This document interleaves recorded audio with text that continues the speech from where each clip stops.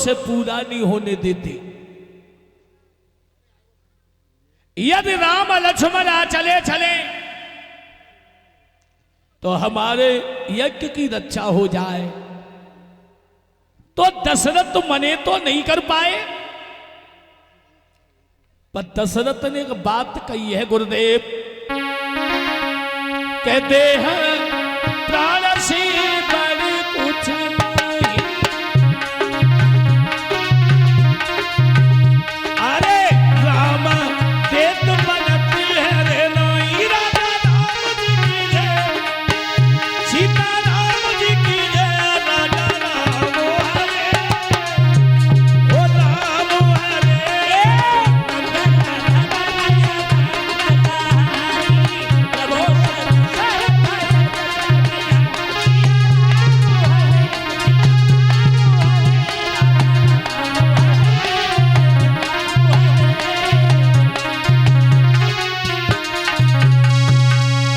देह प्राण से बड़े कुछ नहीं,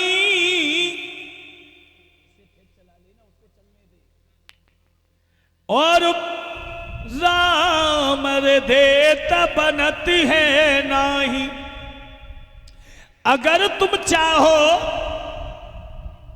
तो हमारे प्राण ले जाओ, पर हमारे राम लक्ष्मण को हमसे दूर मत करिए। तब वशिष्ठ बहुविध समझावा, और उन्र संदेह शोक करियावा। कहा है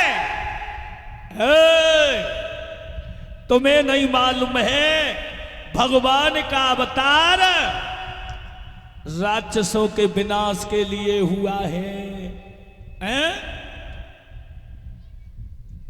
इसलिए राम लक्ष्मण को भेज दो। और जब ये कहा कि राम लक्ष्मण को भेज दो, भगवान श्री राम शेष अवतारी लक्ष्मण चले हैं गुरु विश्वामित्र के साथ में आजमगढ़ में।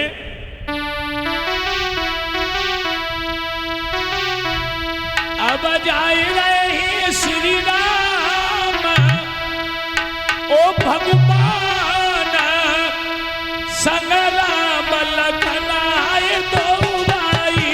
अब जाए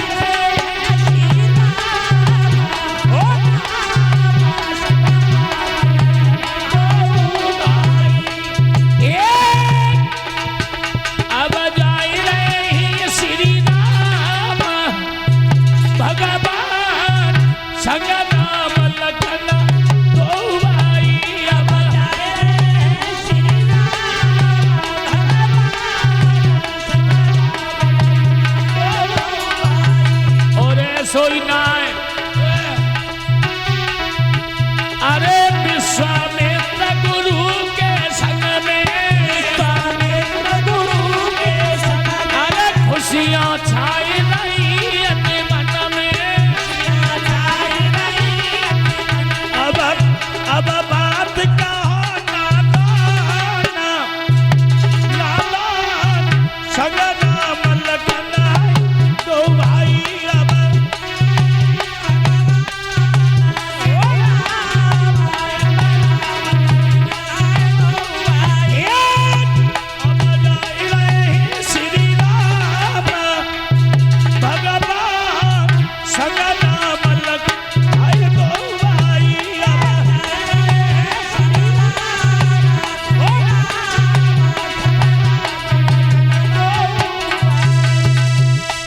भगवान श्री राम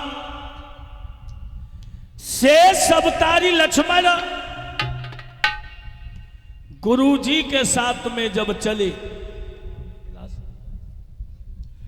और जब ये चले पहुंच गए आजमगढ़ में, प्रातः काल उठ के रघुनाथा और मात पिता गुरु न बाबे माथा। भगवान श्री राम जो है गुरु की सेवा में लग गए, और जब यह गुरु की सेवा में लगे भक्तों, एक दिन जब गुरु की सेवा में लगे हुए हैं, क्या देखा कि तारिका जैसी राक्षसी जब आश्रम पे आ रही है, गुरुजी ने सारा दिया, बेटा राम ये तारिका जैसी राक्षसी आ रही है, इसका वध कर दो। अब भगवान श्री राम सोचने लगे,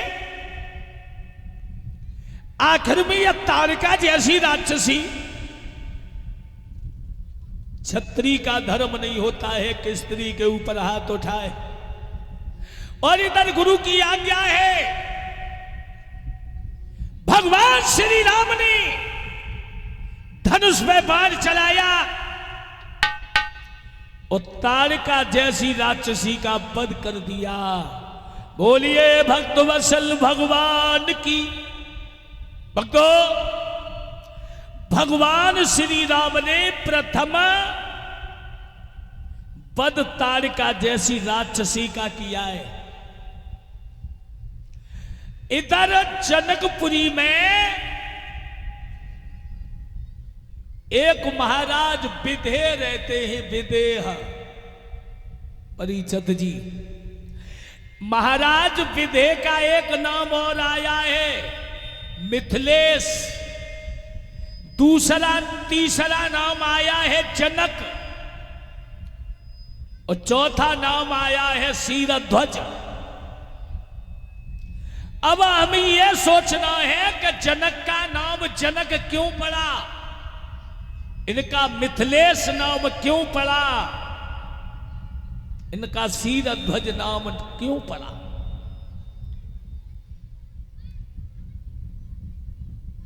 महाराज जनक के पिता का नाम था महाराज निम।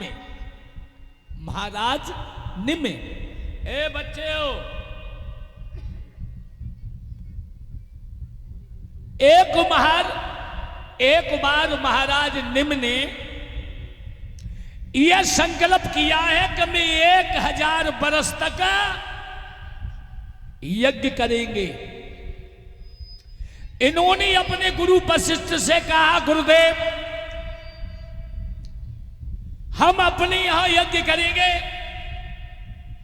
तो वशिष्ठ जी ने महाराज निम से एक बात कही है कि 500 वर्ष के लिए इंद्र के यहां यज्ञ होगा। मैं पहले वो यज्ञ कर आए, उसके बाद तुम्हारा यज्ञ करेंगे।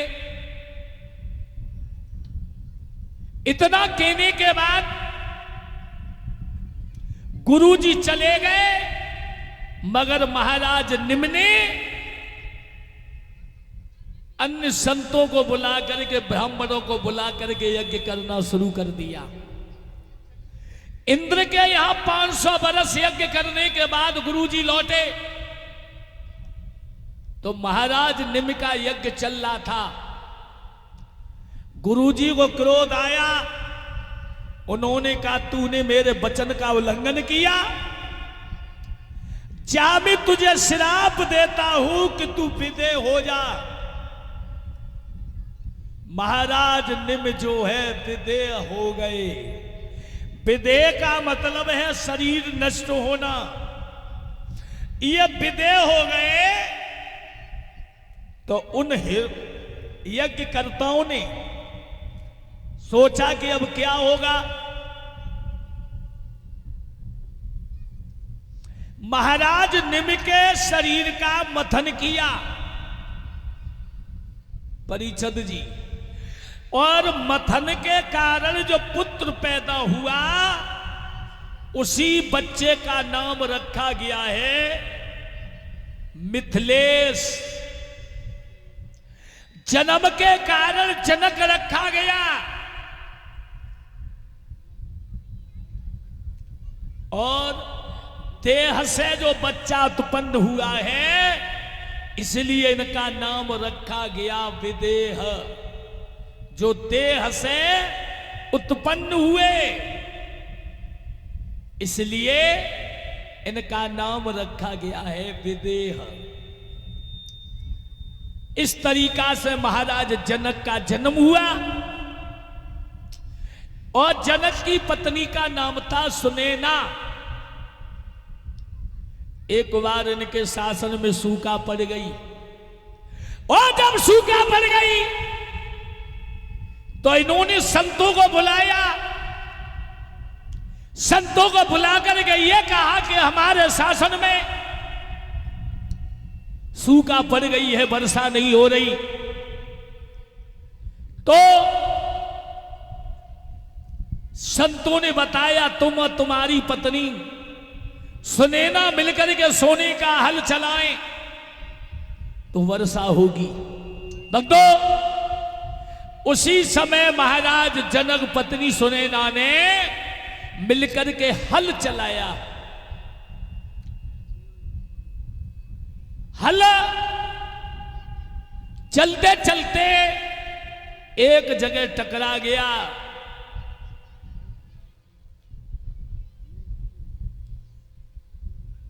क्या दशा है? नए पलकी देर लगाई है और रानी संग लगाई है।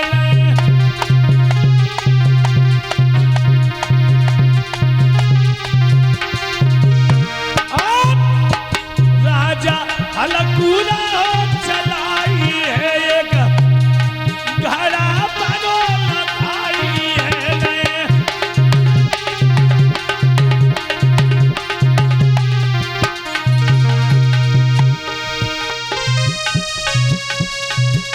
महाराज भूप जब अरे हलकूरा है चलाई, चलते चलते हला वो एक घड़ा सिक्का टकराई। कुलदीप होनी है बलवान, समय को चक्कर मारी है।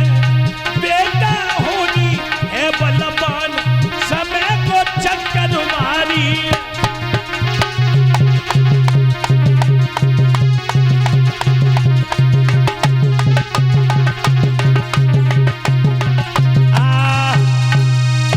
कहने का मतलब है महाराज जनक ने हल चलाया और हल चलते चलते एक जगह टकरा गया। एक घड़ा निकला और घड़ा से जो कन्या निकली है उस कन्या का नाम रख दिया सीता। अब सीता क्यों रखा? क्योंकि हल्की फाल जो होती है उसे संस्कृत में शीत बोला जाता है।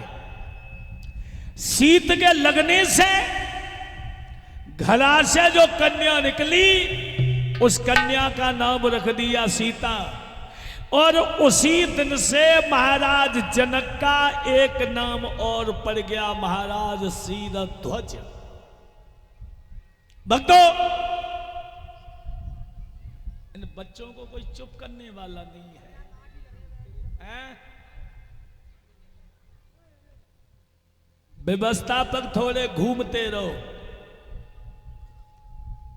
बोलिए गोविंद भगवान की।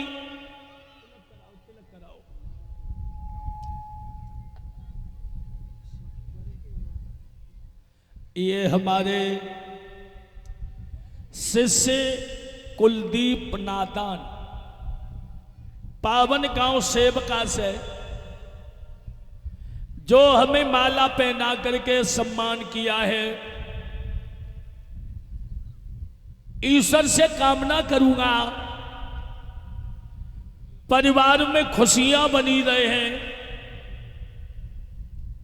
और आप लोगों के बीच में हम बैठे इसी लाला की देन है। बोले गुरुजी तुम्हें जानो पड़े है। तो मैं ठीक है, हम जरूर जाएंगे, समय निकालेंगे। तो ये कथा कहने का अवसर मिला है पावन गांव दारा में, और ईश्वर से कामना करूंगा कि परमात्मा आगे बढ़ाए, परिवार में खुशियां बनी रहे। बोलिए गोविंद भगवान की। सीता जी का जन्म हुआ है, और ये सीता जो थी मंदोदरी की बिटिया थी, पर ये रावण के अंश से पैदा नहीं हुई थी। परिचत मंदोदरी ये संतों के रक्त की बनी हुई थी। एक बार संत यज्ञ कर रहे थे, रावण ने उन्हें मारा, शरीर से रक्त निकाला, घड़ा में भर के ले आया लंका में, और मंदोदरी से बोला है इसमें जहर है, पी मत लेना। बोले ठीक है। मगर एक दिन रावण जो है कैलाश पर्वत पे देवताओं की पत्नियों के साथ में घूम रहा है, और परिचत महाराज पत्नी हर चीज बर्दाश्त कर लेती है, चोरी गरीबी रहीसी, कितनी गरीबी आ जाए मठाते रोटी खाएगी गुजर कर ले। और जादना पे आदमी के संग दूसरी कोई मोटरसाइकिल पे देखे नहीं तो समझ ले उन्हें रोटी खाए और न खांदे। संजा कुछ ही कहे भाई मारो, यहां का लेन चले आए। ये विधि का विधान है। मोहे न नारी नारी के रूपा, तुलसीदास बाबा कहते हैं कि स्त्री को देखकर मोहित नहीं होती, पर मैं ये कहता हूं कि नारी जात से भोली जात कोई ना है। तुम्हारे संग एक ने 15 नारियां घरे पहुंच जाए और तुम ये कहो ये हमारी बुआ है, ये मौसी लगती है, ये फलानी लगती है, आए भज के करैया धल्ले पूरी खवाए, और धीरे से तुमने सरकार दी कि जाओ में एक हमारे ही ले रहते है, तो है सकता वे 10-15 आई बजे भजने मुश्किल बच जाए।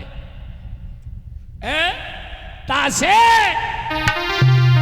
अरे भावती नई नारी नारी भारी कमी है नारी में।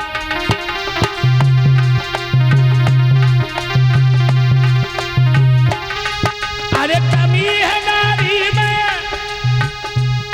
भारी कमी है नारी में, भावे नारी भारी है नारी।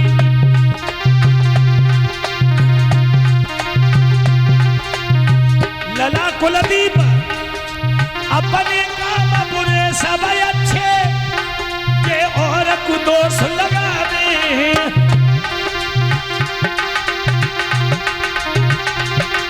अरे बही औरत भली के ऊपर खुद कानू चिरवानी चाहे हो सकल गुकारी कारी भारी कमी है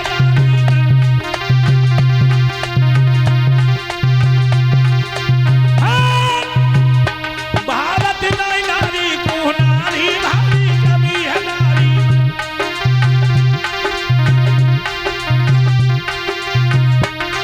अरे कमी है नारी में कुलदीप, कमी है नारी में भावत नारी नारी को नारी भारी है नारी में।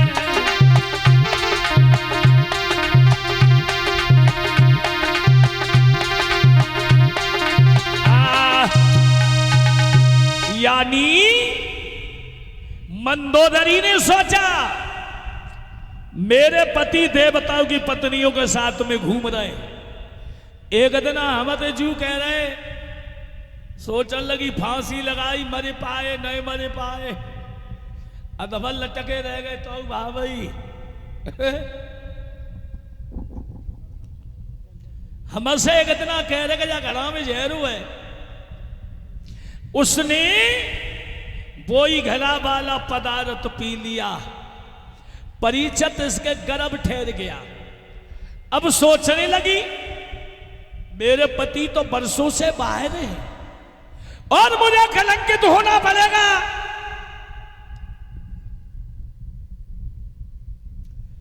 इसके उधर से कन्या जन्मी, उस कन्या को महाराज जनक के घड़ा में गड़वा दिया।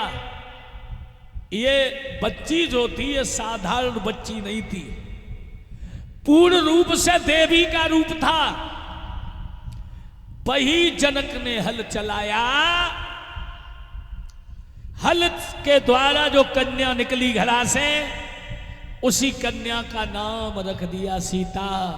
बोलिए वृंदावन बिहारी लाल की। आइए छोटा सा कीर्तन बोलो, फिर आगे कथा सुनबल करे। अरे यमुना पे बंसी बजती होएगी, बजती होएगी, आज मेरी राधा नचती